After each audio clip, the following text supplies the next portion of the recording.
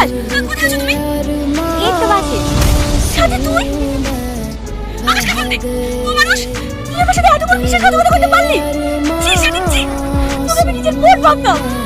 আর তুই আবার এত বড় কথা করলি। তোর গায়ে মানুষের রক্ত নাই। তুই জানোয়ার। কি হয়েছে ওরকম করছিস কেন? আমি তো অন্য কারোর সাথে এসেছি নাকি? আমি আমার বাড়ির সাথে এসেছি। কিন্তু একটু বাড়িতে বুঝি বল। তোর বার মানে ও আমার বার। দেখ বেশি মাথা গরম করিস না আমার। আমি চেষ্টা করি আয়। নাহলে কিন্তু তোকে টাকা খবর দেবো। জানোয়ার জানোয়ার তুই দেখে আমি অবাক হয়ে যাচ্ছি। হে থ্যাংক ইউ বোন থ্যাংক ইউ। তুই না দেখলে আমার পালিয়ে বিয়ে করার স্বপ্ন দেখে যেত। এই জানোয়ার কোথায় আছিস তাই বল। আমি গেলে কিন্তু তোর পরিচয় টেনে ছিঁড়ে ফেলবো। আমি জানি তুই আসলে ভালো লাগতো, কিন্তু তুই আসলে বাড়ি সামলাবে কে? তুই একটু আপু আমাকে বুঝা, দেখ সব ঠিক হয়ে যাবে। রাখলাম বোন। কবে তো রাখবি? তোমাকে যেতে হবে না। কেন যাবে না কেন? তুমি কথা বল। না থাক, আমি গেলে তোমাদের যদি কোনো অসুবিধা হয় তোমরাই যাও।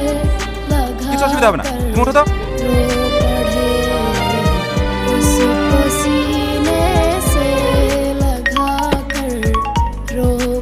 হ্যাঁ আমার বল, ওরা পৌঁছেছে? হ্যাঁ আমরা বেরোচ্ছি। আচ্ছা ঠিক আছে। এবার চলো জামাল করে ওই দিক দিবা।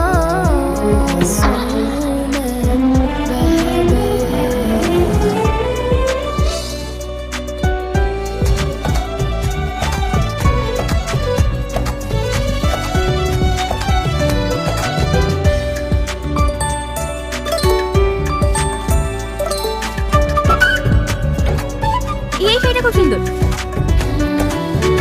এটার দাম কত? 4200 ম্যাম। দুটো দে। দুটো কেন? আজকে তো আমি এমনি সারপ্রাইজ দেওয়ার জন্য করে যাবো। বিয়ে দিনকে পুরনো শাড়ি পরতে হয় নাকি? কেন বিয়ের মধ্যে একবার করে ফেলবে নাকি? হ্যাঁ, তোমার হচ্ছে আমার পরে বিয়ে করার ইচ্ছে আছে নাকি? আমি তো আজ পেলে কাল যাবো না। দেন সব ডবল ডবল দেন। ঠিক আছে ম্যাম। ভালো শেরওয়ানি দেখান। রাহুল ম্যাডাম কি দেখা?